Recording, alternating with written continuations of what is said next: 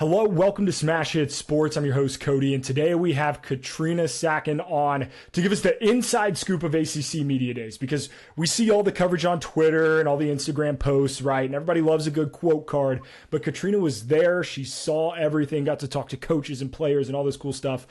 She is a freelance reporter who covers all sorts of stuff. Are you based out of Charlotte? Where are you? Where's the, because you do a ton of East Coast stuff. I'm actually not from Charlotte. I'm from Greenville, South Carolina, and but I'm always in Charlotte. I was in Charlotte last night, and I'm going to be in Charlotte Saturday morning. I am always in Charlotte, and I'm so happy to be here. Thank you so much for having me. You are so fun to watch. You're so exciting. Such an intelligent guy. I'm so happy and so honored that you invited me here. I'm so excited. Well, I appreciate you coming on. If you read any of the comments on any of my stuff, people are like, "That this guy's such an idiot. What a loser." So it's good to hear the other side of that. But the ACC Media Days are, they got to be crazy, right? Because it's a lot of coaches, and a lot of teams coming over the span of a couple days, especially with college football's changed a lot in the last couple of years. It's definitely changed, from when I played. Granted, I played D3 long ass time ago, so it doesn't really matter. But what, as far as coaches, which coaches stood out to you from a charisma standpoint, an interview standpoint? Like which coaches left the biggest impact? I love me some Pat Narduzzi. I really do. I think he was exciting. He was personable. I'm trying to think. I think they all had decent energy, but I think it was more so they have this kind of image to uphold when they get up to the podium. I also think the coach's tone and how the coach comes up definitely sets the tone for all three of the players that are going to be there. Cristobal was great. But I love Narduzzi. He's so fun. I look forward to him every single year, and so that one probably sticks out to me on the top of the list. Yeah, I did a ranking in the off season of like coaches I would most want to do a round of golf with for the ACC. Pat Narduzzi was near the top of that list. He seems like a cool dude. That's awesome.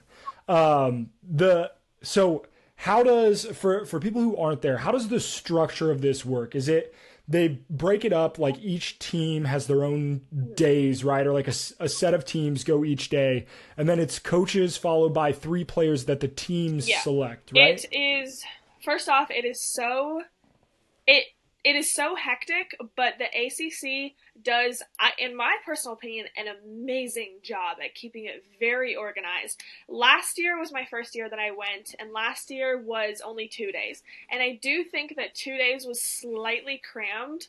It was back to back to back. So many teams, and all of the teams in the ACC crammed into 2 days. This year was 3 days, and I really, really liked the flow. I liked how it went. You get 15 minutes with the head coach, and then you get 5 minutes with each player. And they choose those players, and they come up, and they're at the podium. But I really like the way it was structured this year. They even had a poll that they sent out to all of our emails afterwards, and they were asking for advice and whatnot. And they asked, do you like the structure of the 3 days or the 2 days better? I liked the 3 days. I think it was easier to process information. I think there was more focus on each team. And I think each team got a little bit more spotlight this year than it was in those 2 days. Yeah, I just, coming from the outside looking in, I saw a lot more about, because normally SEC Media Days are the ones that everybody gets hype over, and it's the SEC, it just means more. You say whatever it is that those folks down there got to tell themselves, but they win a lot of national championships, so you can't be mad at them. But the ACC, I feel like, got a lot more buzz this year. So I think maybe having that 3 days did give them the extra time. But so you got to see a lot of players come through. Which players really stood out? Because there are a lot of talented guys in the ACC this year. There are so many to choose from, and I get that question a lot, and I get the question of, like, in general, who's my favorite person I've interviewed, who's my favorite person this, and if you leave somebody out, everybody else is hurt. You cannot win. That's fair. I'm trying to think. A lot a lot of people gave me really good energy. The I'll even start on this since we were talking about Pitt. I spoke with Phil Jerkovic, and so here's the thing. I'm a Pittsburgh Steelers fan, and I know the entire. Gross. That was sorry. I'm a Bengals fan. I had to. I was not going to let you just slip that in there and not have me at least throw a direct shot. Anyway, cruising right along. I'm a Pittsburgh fan. My dad got me into football at a really young age, and he's a Pittsburgh Steelers fan. We'll get into that probably a little bit later. So I'm a Pittsburgh Steelers fan. So I know the entire story of Kenny Pickett at Pitt heading up to Pittsburgh, and it was so exciting. And he's staying in his hometown, blah blah blah. And I knew exactly what I was asking Phil, and I knew exactly what I was trying to say, and I fumbled that question so badly on ACC Network. It was the first question of the second day, and I fumbled it so badly. But what I can say, he was extremely patient. He was so kind. I love guys that are patient. You don't meet a lot of patient people in the league, or in college football. And he was really patient, and so I appreciated his patience. I really loved all of the guys that really just gave me good energy. There are some guys that don't want to be on camera, and I fully recognize that. But I always say, like, any guy that gives me good energy is I appreciate and I enjoy. Yeah, and Phil Jerkovic is a guy who has to have a little patience, right? Because he's been there and he's done that, right? He was at Notre Dame, and then he transferred to Boston College, and then transferred from Boston College now to Pitt. So he's on his third stop. And you don't learn the game of college football without having to take some bumps and bruises, and he certainly has over the years. It's crazy to see guys like that step into a role in a team where, like, Pat Narduzzi has his system, and like it's got to be so refreshing for a player like Phil, who's been jumped around a couple places, can never really get comfortable. I feel like he really will be comfortable in this Pitt system. I do. Pitt is, you can put money in the bank, and I hate this as a Notre Dame fan. I hate it. Every year, Pitt will play Notre Dame well. It does not matter if their roster is not where Pitt fans think it should be. It doesn't matter if Notre Dame is national title contenders or not. Pitt will give them a good game every single year, and part of that is having Narduzzi as a great head coach. But the culture and I guess you can say the city, because Tomlin has it too, and the Steelers. But like, the culture in that whole area is just a grit and grind. Like, we show up, we play football, and we're about our business, and I think that's going to be really good for Phil. Yeah, you asked me earlier, and somebody else that kind of stood out to me that I didn't remember from last year having kind of that energy was Wake Forest. I really liked. I'm looking at my notes over here. If you see me, I'm looking over at my notes. Dave Clawson, and I feel like Wake Forest has been. They kind of have this preconceived idea around them. They kind of have.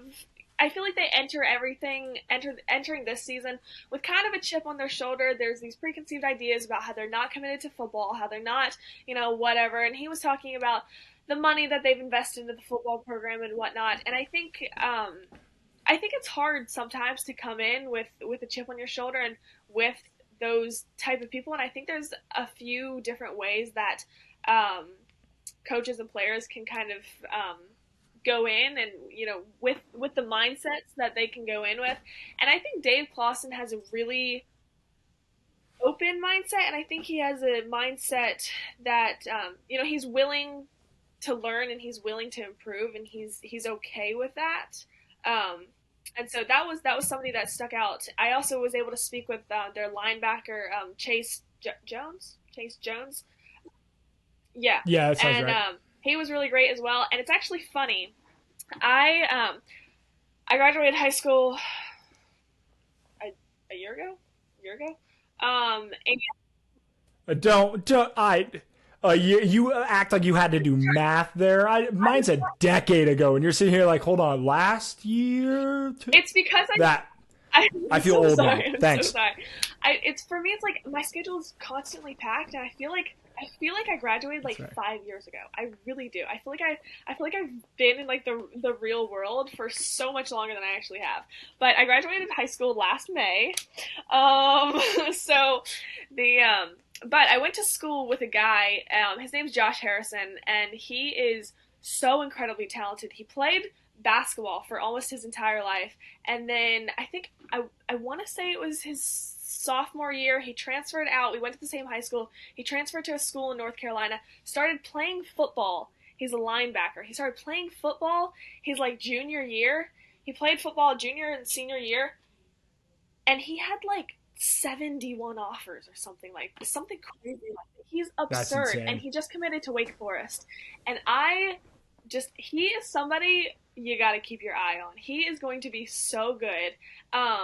And I hope I got all my facts right. If Josh, if you're watching this, I love you. We're rooting for you down in Greenville, South Carolina. But he is so talented. He, like I said, he just committed to Wake Forest, and I think he is going to be a piece in that defense. Maybe not this season, but eventually, I think yeah, he's a dude. He's talented for sure. Yeah, Wake Forest doesn't get the respect they deserve because there are a lot of like the Carolinas take a lot of pride in their sports. South Carolina, Clemson, UNC, Duke, like those are the programs when you think like Carolina sports, those are the first ones that pop up. And everybody sleeps on Wake Forest, but they're 5-2 in bowl games in the last 7 years. They've made bowl games 7 straight seasons under Dave Clawson. That is in a everybody says, oh, the ACC's down, the ACC's down. Like it's just people aren't paying close Yeah. enough attention. And Wake Forest has been very good over the last several years. And I think the same thing this year, people are going to be like, well, you lost Sam Hartman. Like, what does this mean for your offense, right? What does this mean for how's the coaching staff going to adjust? I think they'll be just fine. Like when you have a guy like Dave Clawson, it sounds like they have a lot of good leadership amongst their players. I mean, Wake Forest is an incredibly difficult institution to get into. Like coming from a nerd, they are some nerds there. Like they've got the brains, and They it touched on sounds like that. everything is just going to be like, hey, we're going to keep moving on, They did touch on huh? that at ACC Media Day. The nerd stereotype. So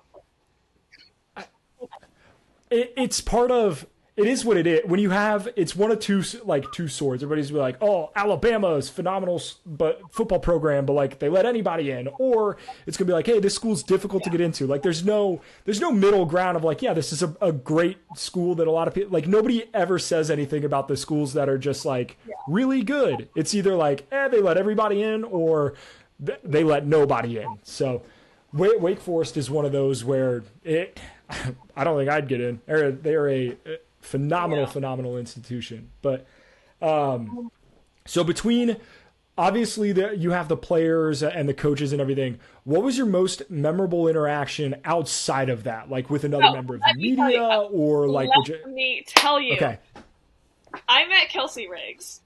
I love her. I think she's so intelligent. I think the way she carries herself, I think she's so smart.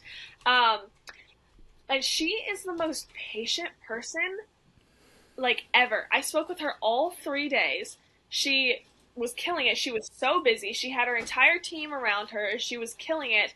And she stopped and spoke with me every single day. And on the second day after I like bombed that thing with Jerkovic. How do you say his name? Jerkovic? Djurkovic. I think I could be getting that wrong, but I think it's Um, Djurkovic. but after I bombed that with him, I was not in the mood to talk anymore. I said it was like 9 o'clock in the morning. I went on ACC Network and bombed it. I am not talking anymore. And I met her outside in the lobby. And I was like, hey, like I cannot shake right. I can't do this report. I can't do this recap. I just bombed it inside that room. How do you shake right? What do you do? And she broke it down for me. She said, come up with a few bullet points. Don't try to memorize everything all at once. Come up with a few bullet points and just take a deep breath. You know football. It's not like you don't know football. Mm-hmm. It's just getting those facts out in a way that makes you sound intelligent. It's so she was incredibly sweet. She was so patient. She actually gave me her email so that we could like keep in contact. She Nice. has not responded yet. Not a problem. Look, I'm sure a lot of people got a Oh, lot of emails yeah. after those ACC Media Days, but Kelsey does a phenomenal job on ACC Network, and Yeah. that it's always cool to see because I've done some fantasy football stuff in the past, and I'm newer to the like I say full time. I don't do this full time, but I'm newer to really focusing like heavily on college football. Like I'm diving in 100% college football this year, and it's always really cool when people reach out and are like, "Hey, you're doing a good job," or like, "Hey, this is how you can improve," because everybody like my comments are always full of, "Hey, you should do this and you should do that and you should do this," and they half of them want me to do one thing, half of them want me to do the exact opposite. It's always tough. So when you get feedback from somebody who is successful in what you Yeah. want to do, like that's always got to be a And great she feeling. was really sweet. I bet she's had a ton of media training as well, but she asked me about what was going on in my life, how I got started, what I have coming up, what I have planned.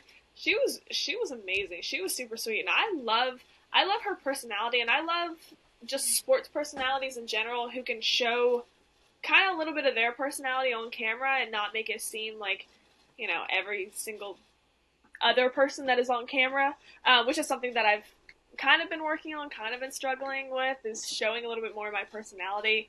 Um, I think you do a great job of showing your personality, but yeah, I think she's really great. So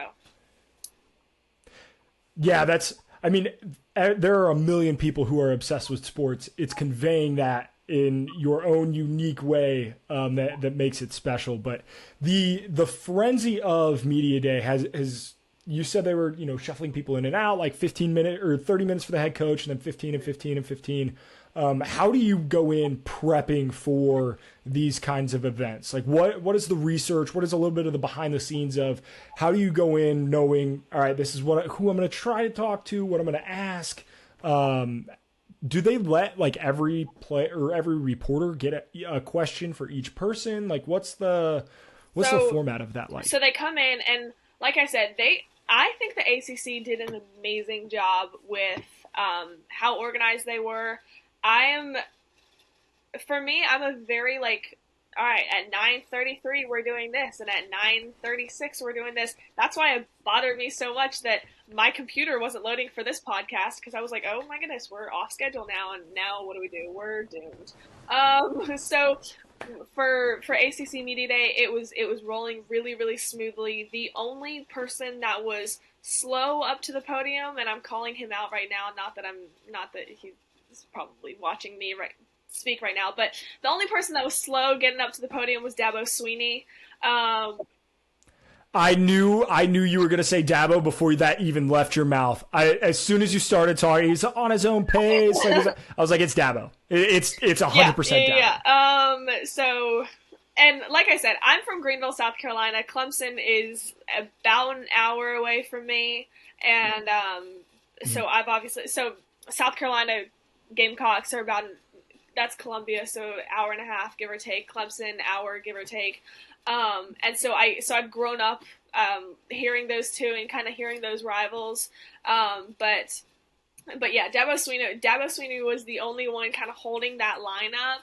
But anyway, going back to your question, it went really smoothly. They would come into the room, and then the guy at the podium, the other podium, he would ask, "Hey, if you have a question, raise your hand."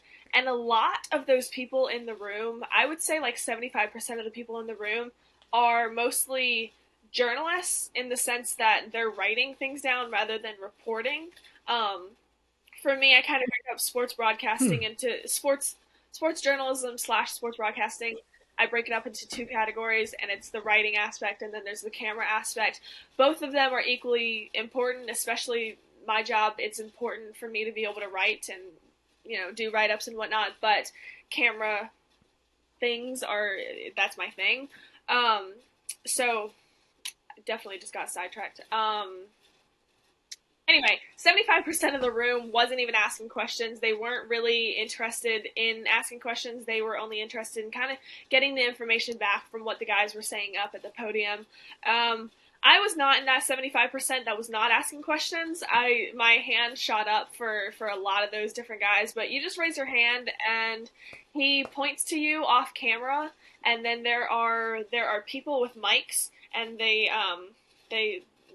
run to your aisle, and then they get on their knee and they hold the microphone for you and they wait on you.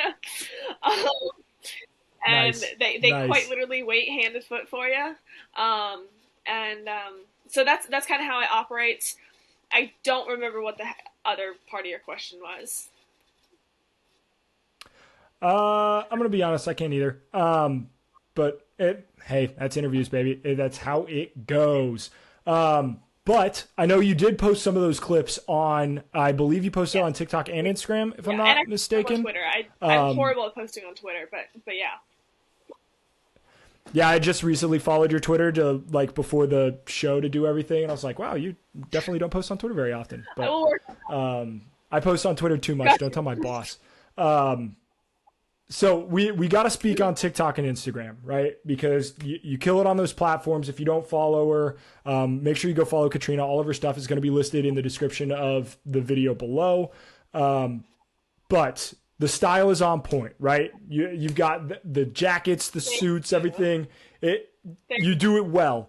As somebody whose wife has to buy all of my clothes because I have no sense of style, which player, coach, personnel, who had the best style at ACC Media Day? Because I know SEC Media Day had some dudes had some chains and some watches. Who was shown out at the ACC?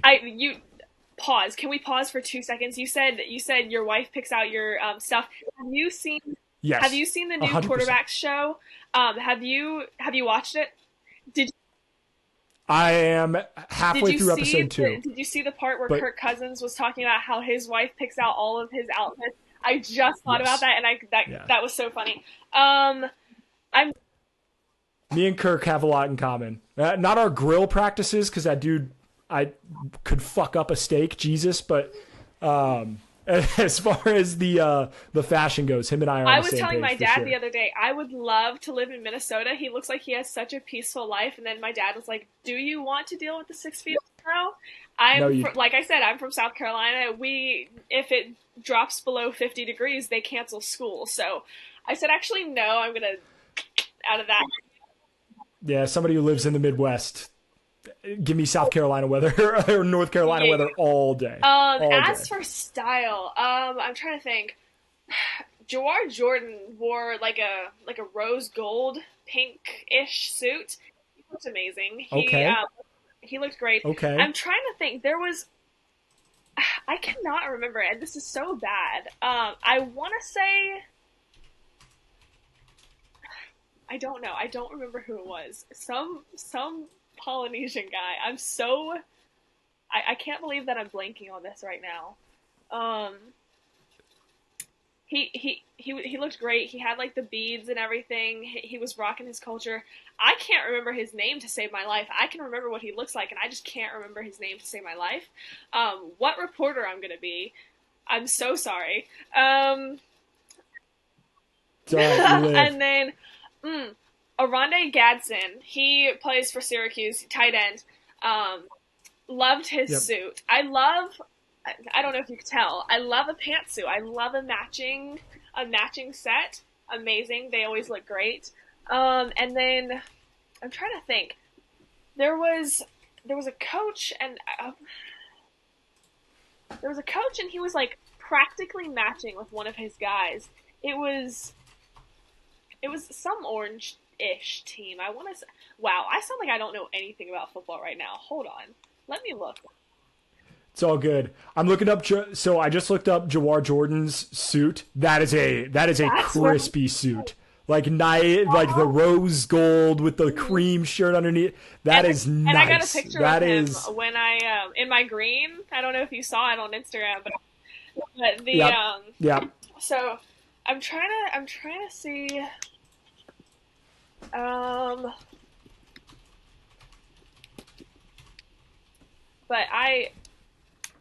give me 1 second.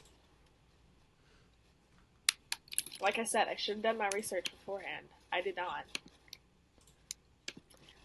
I don't. There are the fashion at ACC Media Day is it's so much different that just like scrolling through it's so much different than SEC Media Day because like Lane Kiffin was wearing some like flashy shit and he had this suit like unbuttoned down to like the middle of his chest and it's like Lane, I appreciate that, man. You look like you've been out in the sun all Yeah. damn summer. It's So funny. I wish you had asked me this last summer because last summer Malik Cunningham, former Louisville quarterback, ooh, came in with this bright yep. red suit, and it was funny because he gets a lot of comparisons to Lamar Jackson. Guess what Lamar Jackson wore to? I think it was his draft day. Guess what color? Oh, that draft day red that suit is like the Oh yeah. jeweled red or And so whatever. Malik Cunningham, I thought it Looks was funny damn that good. Malik Cunningham wore this like bright red suit, but I think he looked amazing. He killed it. He did repost my story last year of his suit. I felt really honored that he reposted my story. Um, Kind of fangirled over that because he's such a sweet guy. He was so patient last year. He's one of those guys that I really want to see succeed in the league because he's really great. He's really nice. Yeah, the it's always good when you see like the guys that you root for be easy to root for. And I feel like that happens, less and less in today's world with social media. It's easy to be a villain, but it's good to see good dudes do It's good stuff. The last thing I want to talk on the ACC Media Day stuff. The conference realignment has been a talking point of college football all summer. And the Pac 12, obviously, we just had Colorado announce that they're leaving to join the Big 12. And I am like waiting for my phone to explode because there's been noise that Oregon and Washington are like preemptively headed to the Big 10. Florida State has said, if we could get out of this ACC deal of rights, whatever that is, they would be out. How much talk was on this conference realignment, and it. do you feel any better about the I ACC? there was a lot of talk. It was FSU and it was Clemson, and Yep. you know FSU is fine. Dabo Sweeney is the last person on this planet to address stuff like that. He's just not the type of guy to address rumors. Even a question that I asked him, he kind of I should have asked it in a different way, and it was way too open ended, and Mhm. he kind of trailed off. But there was a lot of talk, and like I said, before the cameras even started rolling, I am an NFL girl through and through. That's what I grew up on, and I just Mhm. recently, I'd say like really last year, got into ACC football and college football, and so I haven't been in this college football setting for the longest time, so I don't really understand just the impact and longevity this whole situation has had. But I do know that definitely Clemson and FSU have been in talks for leaving the ACC for sure. That was definitely a big talk coming in. Yeah, Dabo deflecting questions doesn't surprise me one bit. He is a master of getting things back to, well, we're about the program and the guys, and it's a family, and we build on the pillars of faith and football and family. I get he's good at what He's he had a bit of does. media training, You don't just a hold bit. that. Yes, yes. I'm sure he's had more than just a bit at this point. Um, this is a one-off. This is a question for me, specifically. Did you guys get to talk to any coordinators at all, as far as like offensive or defensive coordinators? Mm-mm. So they don't have any Uh-uh. availability at There all? were there. It was only the head coach, and then so last year I heard somewhat of a rumor, somewhat whatever you may want to call it.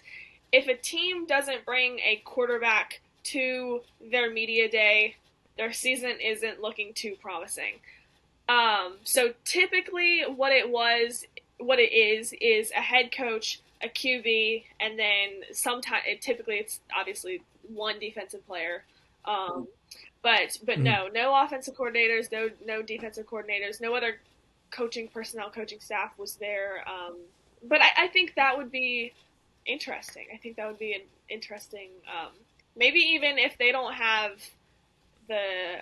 maybe this is an idea we should pitch to the ACC, but maybe they add a few extra chairs up on the stage, and if a reporter has a question, they can pop over to the podium. You think we should pitch that to the ACC? Look, I'm in.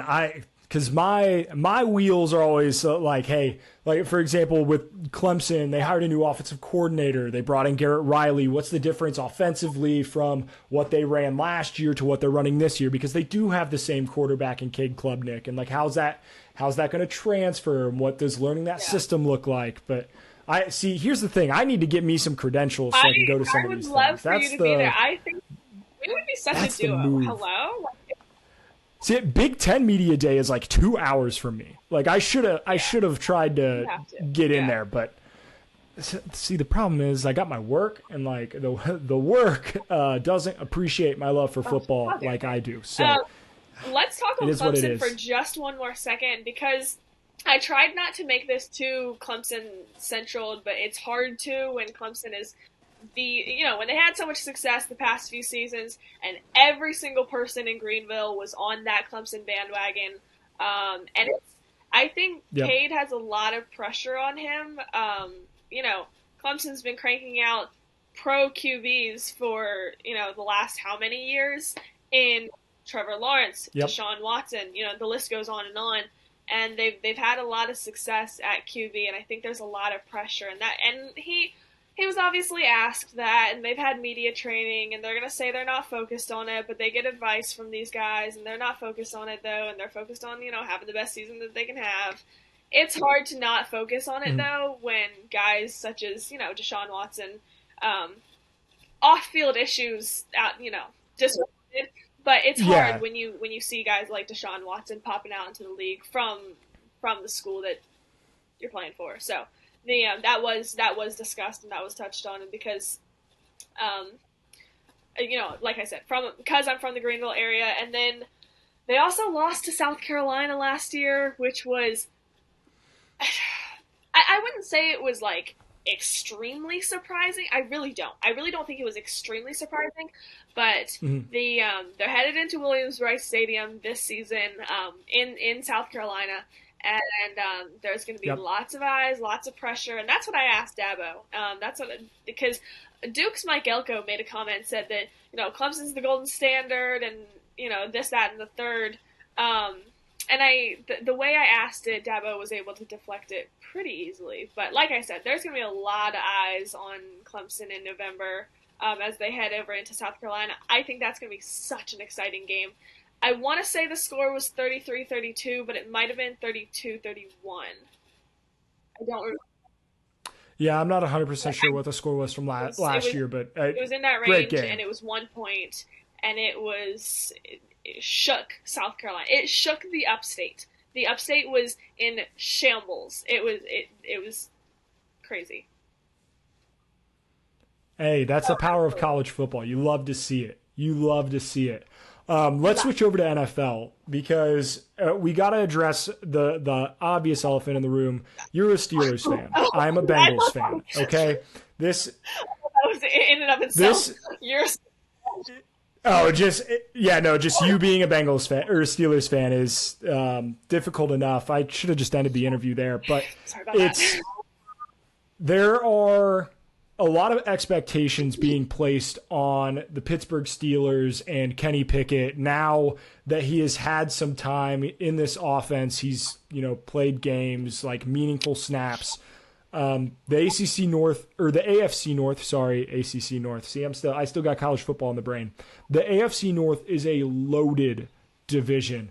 What's your outlook on the Pittsburgh Steelers headed into 2023? Oh my goodness, this is I just love talking about Pittsburgh. It just warms my heart. You don't even know. Kenny Pickett my dad and I were talking about this the other day. My dad was the one that got me into football, and I always tell people my dad is like my human Google. Like if I have a question about literally anything about football, you pitch it to him, he's gonna spit that answer right back out. But he and I were basically talking about Kenny Pickett started that season off last year extremely rough. Like that was an extremely rough season, and because he had somewhat of a push towards the end. Everyone's like, oh, he's a brand new QB. He's got this. He's going to take all that talent from the last few weeks of the season, and that's going to fuel this season. I would love to think that as well. I would love for that to be the case. I don't know. So they drafted the guy in the first round, which I was shocked. I thought for sure they were going the secondary route. I thought for sure they were taking that corner, which they ended up taking a few. I think it was in the second round. They ended up getting the corner anyway that they wanted, but they drafted. Yes. Yep, Joey Porter Jr. So, but they got Broderick Jones, and I think the guy that they needed somebody in the offensive line. They needed some type of guy to give Kenny some more time in the pocket. And I think you even look at Najee. Najee was running defenses over last season with that offensive line that they had, and that was not an impressive offensive line last season. And I think with the new addition, I think it's going to be. I think that offensive line might be looking a little sturdy this season. I think it'll give Pickett a little bit more time in the pocket to make some decisions. And I think I would like to say he's progressed from last year. I would like to say some improvements have been made. And then so that's my hope for the season. Yeah, as a Bengals fan, I think the Steelers did a phenomenal job in the draft. Broderick Jones he's not going to be a stalwart left tackle for years and years and years, but what he will do is put the guy on front of him on his ass. And sometimes you need guys like that. And that is AFC North Pittsburgh Steeler football to a T. I think it fits that mentality. I think it fits what that team is trying to do. I think he will make an immediate impact, especially in a division where that Ravens defense is good. They can get after you. The Bengals defensive ends, Sam Hubbard, Joseph Asai, Trey Hendrickson, they can get after you. And then up in Cleveland, Myles Garrett is a problem. So you need to have good offensive line to compete in this division. I think they address that. I love the Joey Porter Jr. pick. Anytime you can get a guy that played for your teams and was a huge part of your team's Super Bowl success, his son to come in and play for you, and he's a phenomenal player as well. And then drafting Darnell Washington was a really interesting pick to me because they have Pat Freiermuth, and Freiermuth is a phenomenal player, but those two guys play the same position. They do not play the same role in that position. So I think it's going to be really fun to see how Pickett develops and evolves in this offense a little bit. I think another thing with Pittsburgh, just in general, is they're pretty family oriented in the sense that, Mike Tomlin's only been the third head coach that they've had in 50 years. Yep. The Browns have had 3 head coaches in a month. The last 10, probably. Right. And so I think that's also something important to them, and I think that was why it was so important to get Porter. And so I think that family aspect of the whole situation is extremely important, which is why I think, when the whole Antonio Le'Veon situation happened back in 2017 or whatever it was, I think that hurt because it was really a family that they had built up. And it's funny, I get the question a lot, oh, who's your favorite football player? I have not had a favorite football player since Antonio Brown. It was like a breakup that I'll never heal from. I loved that guy. I mean, how couldn't you? I was a Pittsburgh Steelers fan. I could give several reasons why you couldn't love that guy very, very quickly. But I'll let you continue. Anyway, but the and that broke my heart. That breakup of the Killer Bees, that broke my heart. But I'm rightfully so not so much an Antonio Brown fan anymore. But yeah, got a little sidetracked. But back to family. But yeah.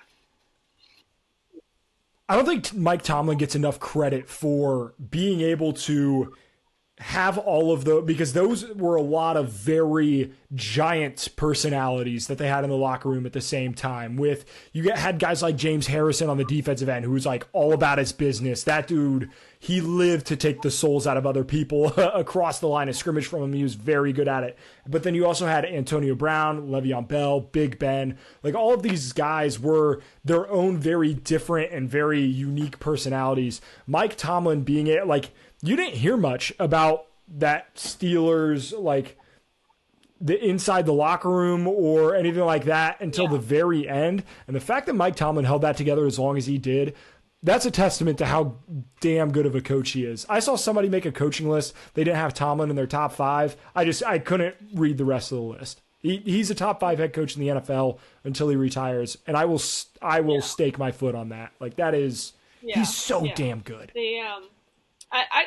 I think it's his energy, and I think, like I said, I think again it goes back to that whole family thing. I think that's a really important concept to him. But I always tell people I wish I grew up in the era that my dad grew up in, because I grew up learning about all the greats: Swan and Stallworth, Troy Polamalu, Mean Joe Green, and I never got to watch Troy Polamalu play in real time. I've obviously watched every single one of his highlights. I think just the way he anticipated that snap count is absolutely ridiculous. He's like, if I could come back in my next life as a football player, I would be Troy Polamalu without a doubt. I think you even put on on your Instagram story like a poll one time. I don't know what the other choices were. I don't know what you were asking. But I slid up and I said Troy Polamalu without question. I don't know what you were asking, but the answer is always going to be Troy. Yeah, I think it was like one of the best safeties or best college team that Troy Polamalu is so good. Let me tell you about how much I hate Troy Polamalu. And it has nothing to do, the guy seems phenomenal. Like, he seems like an incredible dude. Every interview he's ever done, he's always seemed super genuine and super grateful. And it almost makes me hate him more, because I just wish I had a reason to hate him. But so obviously his Steelers career, Hall of Fame worthy, like, unbelievable. He is unbelievable. All-decade team, like, so many all-pros, defensive player of the year, 2-time Super Bowl champ. He ruined, like, watching Carson Palmer and Chad Ochocinco was like, oh, these guys can tear up anybody except for the Steelers. And that broke my heart. But before that, Troy Polamalu was a weapon at USC. And as a Notre Dame fan, I also had to watch him ruin my offenses for 4 years. It was miserable. I hated it. He has been on my rival team for, I think he was in the NFL for 11 years. So 3 years in college plus 11 years in the pros. 14 years of my 28 he has made miserable. Half of my life I have spent just being at the hand and foot of Troy Polamalu while he whooped my team's ass. And I hated him for that. I love that. God. I love that. It's always something that I've been torn about, like, because I'm very passionate in my fandom, but I always like to I root for players. I'm never going to be, the guy that roots for injury or whatever. But it's always tough when my favorite players in college get drafted to the teams that I dislike. Like, Stephon Tuitt was a phenomenal Notre Dame player, was drafted by the Steelers. There are like Kyle Hamilton, phenomenal safety for Notre Dame, drafted by the Ravens. It's always tough when the guys that I root for 4 years end up on a team that I can't root for anymore. And I'm just like, I hope he does well. And their team loses by 30. It's, you know what I mean? It's a tough thing. And that's part of being a college football fan, like, that you have to kind of split that time a little bit, but when it does work out, like the Bengals drafting Tyler Eifert and him having a great career with the Bengals I had so much fun. So it's one of those things. College fandom messes me up. It messes me up. Notre Dame's done a lot of bad things for my mental health. A lot of bad things for my mental health. No, but I love Troy. Like I said, I always tell people if I could come back as a player, I would be Troy. But I would love, like, I'm not as nice as Troy. Like, I would want to be Troy, but with like a Ronnie Lott mentality. Am I allowed to say camera? Yeah. A weapon. Ronnie Lott was a weapon. He sure was. But yeah, Troy's pretty great. And so I always say regret is the wrong word because it wasn't my fault. But my biggest regret in life is not being born earlier to have seen Troy play in real time. That's something I will hold against God for the rest of my life. I respect the hell out of that. I really do. So we got a last thing to wrap it up here. We got to talk, we're going to talk football and we're going to talk NFL.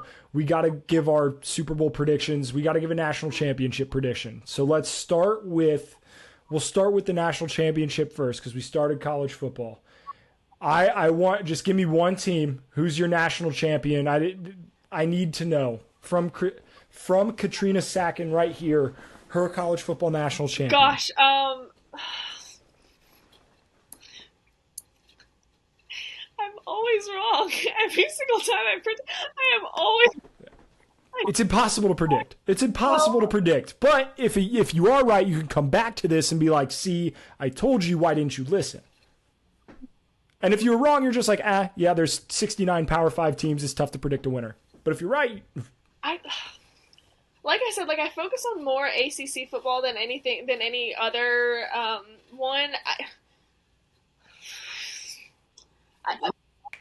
If it makes you feel any better, my national champion is coming from the ACC. You know who I think is not necessarily a sleeper team, but somebody that I think people have strong opinions. I like FSU. Hello? I really do. I really think good. That FSU has... Should we go with FSU? I'm going to go with FSU.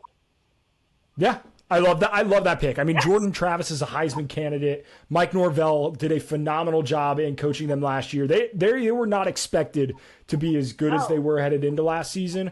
They now have Keon Coleman, who transferred in from Michigan State. He's a weapon at the wide receiver position. They have Johnny Wilson. They have, I can't remember the running back's name, but he is a dog too. I did want to touch on this in my notes. FSU heads into Death Valley pretty early in the season. The Seminoles have not beat the Tigers in Death Valley since 2013. Did you know that? Wow. That it doesn't really surprise me a ton because there was a stretch there where I think Clemson has 6 out of the last 7 ACC championships or something like that. So that doesn't surprise me a ton. But it is crazy because that would have been 2013 would have been Jameis Winston. That's crazy. Can I blow your mind for a second? 2013, I was in 3rd grade. Jesus Christ. God damn it. Okay. Well, now I feel like a grandpa.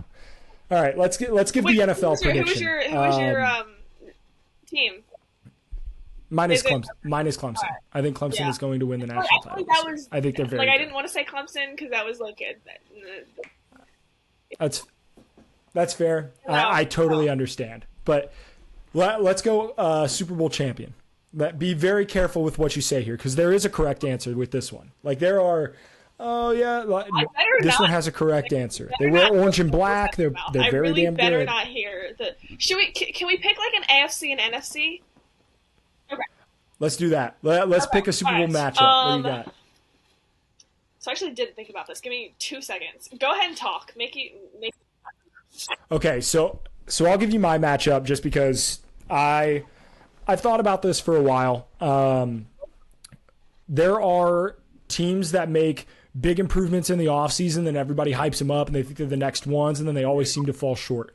What I don't think was hyped up is the Bengals bringing in Orlando Brown as their stalwart offensive tackle. If Lyle Collins gets healthy, Chidobe Awuzie, their starting corner, missed all of last season. I think the Bengals are going to be very, very good. I have them coming out of the AFC. If everybody can stay healthy, and Joe Burrow had that little calf scare early in the year that, this past week that scared the shit out of me. But I like the Bengals in the AFC. And then in the NFC, this might be a really stupid pick. Ooh, I love it.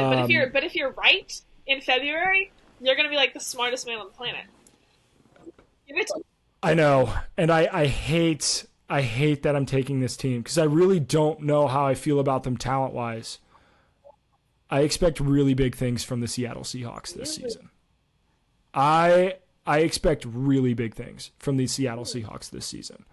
There's a chance, and I think a lot of it comes down to because the 49ers have the best roster on paper. Like that's not.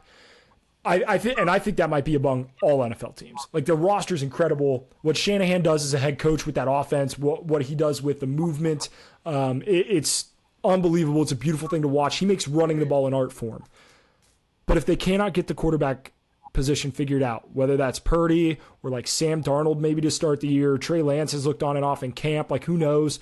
If they can't get that figured out, I trust Pete Carroll. They've made tremendous strides offensively and defensively. They drafted Jackson Smith and Jigba to be a third wide receiver in that offense. He is a weapon. Like they can get after the quarterback. Their young corners are phenomenal. This might be they might miss the playoffs, but I would not be surprised if Seattle made a run to the Super Bowl. And then give me the Bengals winning it all. Ugh. That felt good to say. I haven't said that yet. That felt good. That felt good to say it and put it out on the internet. And I'm sure I'm not going to get roasted at all. But that felt good to say. Give me the Bengals. Okay, can I tell you who's not going to be successful this season? I'm gonna tell. No. It's Katrina, that could be 32 teams or 31 teams. What are we doing here? I'm gonna tell you who's not going to be successful, and I'm gonna tell you, Buffalo is not going to have success this season. Buffalo is not the team this season. That's a bold take. That's a bold take. 10 toes down. I'm telling you, Stephon Diggs is old, and that is wow. That was not what I expected to come out of your mouth there. Stephon Diggs is old. Hold on. How old is Stephon Diggs? I'm gonna feel like a real piece of shit here now. I'm gonna let you figure that out. Oh, good. He's 1 year older than me. And I think the chemistry is off. I really do. I think the chemistry is off, and I think I think the chemistry between him and Allen are just a little over the place, and I think the Bills have gotten a lot of hype because of Hamlin, and I'm not in any way, shape, or form downplaying what happened, and I think his comeback story is absolutely incredible. Gives me chills every single time I hear it. Every single time a new piece of information is added on, the story gives me chills. But because Buffalo has had so much attention on them, I think it's like, oh, okay, they've been in media talks. They've been all over the news. They've been, oh, they're going to be good this season. It's Josh Allen. It's, whatever. I don't think they're going to be that good. I think their chemistry is off, and I don't think that I think a lot of times when you hear Buffalo, when you think of their offense, it's just those two. It doesn't strike me as anything special. And so that's my watch them win it all, and I'm going to look like an idiot. But that would be hilarious, and I would come back and clip this and tag you. You would do the same to me if the Bengals ended up with the first pick in the draft, so it's fine. I think it's an easy way out. I think it's a cheap answer. I'm going with the Chiefs. I think they are pretty damn good. Patrick Mahomes can throw a football. And it's actually funny. We talked about the quarterback show a little while ago, and I think it's interesting that they touched on it because they were talking about how he used to play baseball, and I think it's interesting to see just how those mechanics of baseball are intertwined into his football throwing. And he said, I don't really try to focus on throwing the football with those no-look passes, those sidearm passes, but it comes semi-naturally because of how I used to throw a baseball, and I'm like acting out the movements like I've ever played sports beyond like 5 years old. I have not an ounce of athleticism in my body. My father hates me for it, but that's okay. It's tough. And then over in the NFC, You touched on the Niners, and I like the Niners. I don't like their quarterback situation. I think if they had their quarterback situation figured out, if they had just a quarterback last year that stayed healthy for more than 2 games, I think they would have.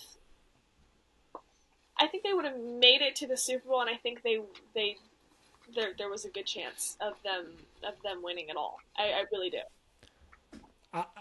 I don't disagree with you one bit. They are a very, very good team. They got some dogs on their team, and I think if that quarterback situation had played out differently, I think that's the perfect example of just how much a team is impacted by their QB, but I also think it's a perfect example of how a team can operate without their QB and still have a heck of a lot of success on the field. Yeah. Yep. They had a ton of success last year, and I would not be shocked if they were the 1 seed, in the NFC at the end of the season. So, Chiefs Niners, is this a 2020 Super Bowl? 2020, I think. Is it a 2020 Super Bowl rematch? I wouldn't hate it. I would it's not funny. hate I it. was rooting for the Chiefs back in 2020. I would be rooting for the Niners this year. I like the Niners. I do. Yep. They're all right. I mean, Pittsburgh. Can I say Pittsburgh? I don't think they're not making it to the. They're not even making it to the playoffs. I'm putting it. Okay, fair. They have too much competition to go through in the AFC North. They have. Did I post on my story the other day when George Pickens caught that ball in practice? Did I say Super Bowl bound? Absolutely. Am I going to say it 20 more times before the season starts? Absolutely. But they just have way too much competition. And then